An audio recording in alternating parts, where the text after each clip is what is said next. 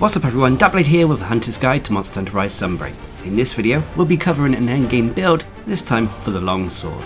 These endgame builds normally feature the best armor as well as the best decorations, and whilst we do include Qurious crafting in these builds, they are only lightly touched upon. Now as always, if you find these builds and videos helpful, please consider subscribing to the channel as well as leaving a like on the video, as it does help, and I try to bring you a variety of different builds, not just meta builds, that cater to a wide variety of hunting styles. Now when it comes to the longsword, it's a very powerful weapon in Monster Hunter Rise Sunbreak. With lots of counter mechanics, it can almost completely forego defensive skills in favour of offensive or quality of life skills, and that is going to be the case with most of the longsword builds going forward.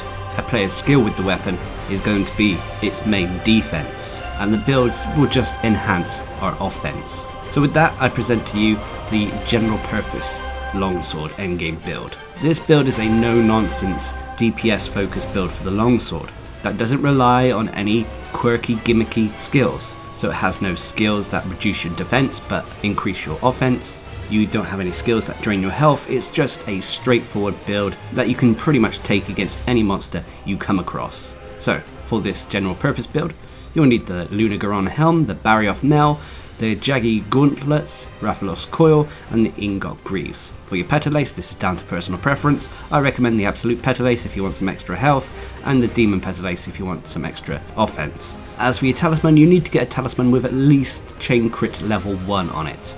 Apart from that, you can pretty much get away with using almost any talisman with this build. As for my weapon, you have a few options. I'm using the Migres Asterim, which is the Lucent Nagakuga longsword. You could also use the Kimura longsword, which would give you pretty much similar results to this build here. As for the Rampage skill, go for an anti-species decoration to give you something like Wyvern Exploit. So, when it comes to the decorations, first of all I've gone for Sharp Jaws to max out Protective Polish. I've then gone for Critical Jaws to max out Crit Boost, a Brace Jaw, which is optional for a point and flinch free, Tenderizer Jaws to max out Weakness Exploit, Venom Jaws to max out Poison Attack, a Wirebug Jaw to max out Wirebug Whisperer, a Mighty Jaw to max out Maximum Might, Grinder Jaws to max out Speed Sharpening, although this is optional and can be replaced with Steadfast Jaws if you would prefer stun resistance, and then finally a Sheath Jaw to max out Quick Sheath. The Sheath Jaw you can see here is only the tier 2 decoration Sheath Jaw, but you can upgrade this one and give you 2 points of Quick Sheath if you need to, as a point of Quick Sheath was granted to this armor and this build via the Qurious crafting. So if you've done what I've done here, you'll have a build with a raw attack of 403, you have 21 poison rating with a sliver of purple sharpness, you also have 50% base affinity when maximum might is also active. This can be 100% when you take into account weakness exploit and you're attacking monster weak points, and you have an OK defense of 690 that is strong against water and ice, but unfortunately slightly weak to the other elements, especially fire.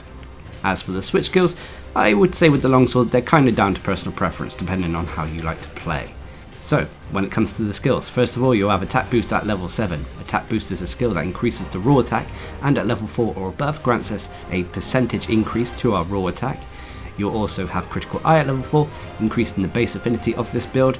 You have Critical Boost at level 3, which is a skill that increases the damage of our attacks whenever they crit a monster, but only applies to the raw portion of an attack, not the elemental or ailment portion. You'll then have Weakness Exploit at level 3, increasing our affinity by up to 50% whenever we're attacking monster weak points. You'll then have Maximum Might at level 3, which increases our base affinity whenever we have full stamina. This is easy to maintain with the longsword in all honesty, as using our counter attacks to avoid attacks instead of rolling out the way means that we shouldn't lose the Maximum Might buff that often. You'll then have Poison Attack at level 3, increasing the poison rating and build up of the ailment on this weapon. Poison weapons are very useful in Monster Hunter Rise, as pretty much any monster can be poisoned, and Poison Jaws, the Venom Jaws, are only tier 1, whilst all the other ailment Jaws are tier 2. Anyway, you'll then have Protective Polish at level 3, which is an essential skill for this build in all honesty, as it allows us to keep that purple sharpness for longer periods of time. Protective Polish is basically a skill that whenever we sharpen our weapon, will put a protective coating over our sharpness gauge, preventing any sharpness loss for a small duration of time. You'll then have Quick Sheath at level 3, increasing how quickly we can sheath our weapon. This applies to both the Special Sheath and the Sacred Sheath You'll then have Windproof at level 3, a byproduct of the armor, but it's a quality of life skill that prevents all wind effects against our hunter.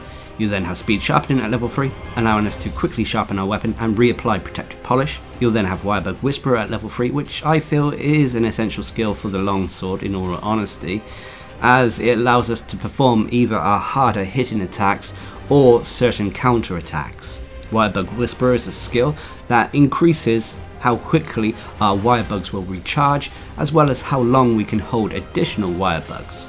Anyway, you'll then have Flinch Free at level 2, which, to be honest, will probably be level 1 unless you get lucky with Qurious crafting.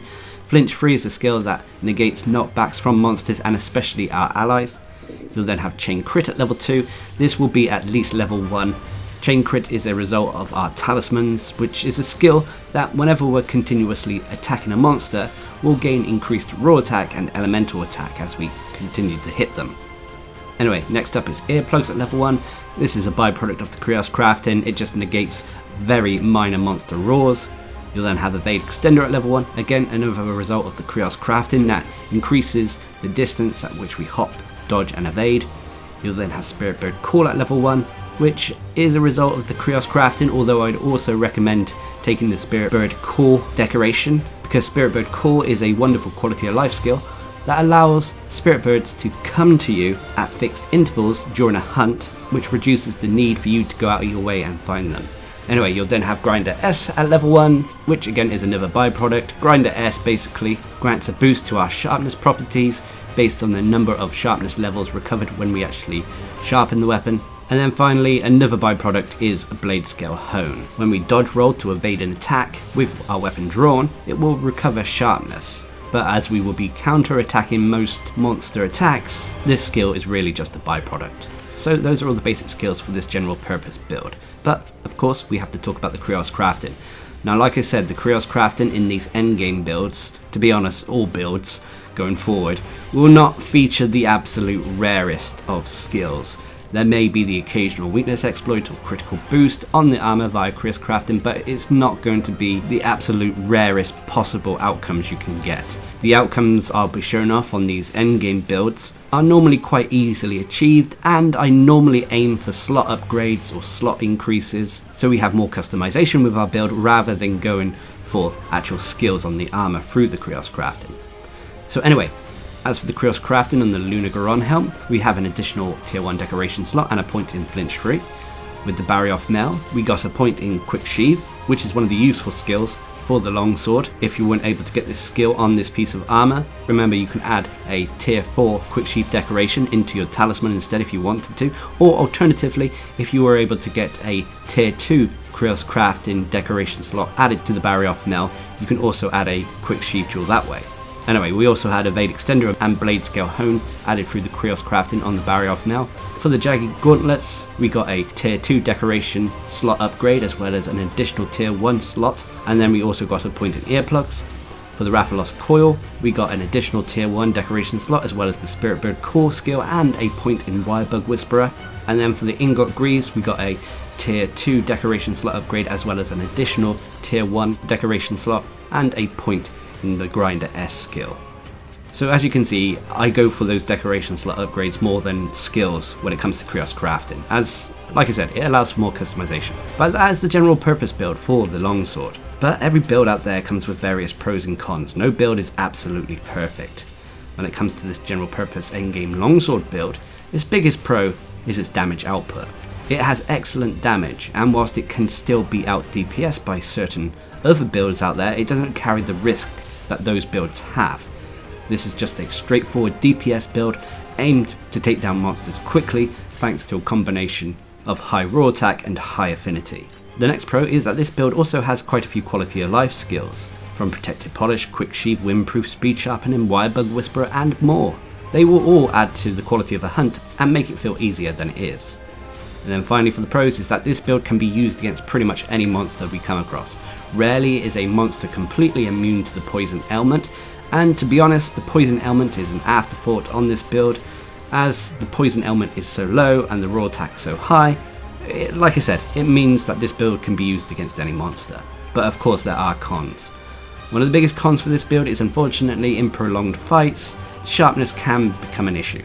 This is countered slightly thanks to protective polish and speed sharpening, but it's something to be aware of nonetheless. And the other con is, unfortunately, this build has no defensive skills.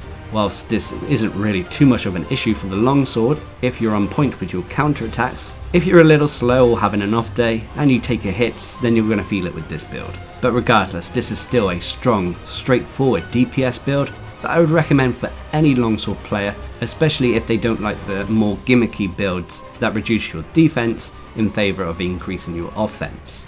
But what are your thoughts? Please leave a comment down below, and until next time, I've been Darcblade, bringing you another endgame build for Monster Hunter Rise Sunbreak. Hope you enjoyed it, thanks for watching, subscribe and like for more.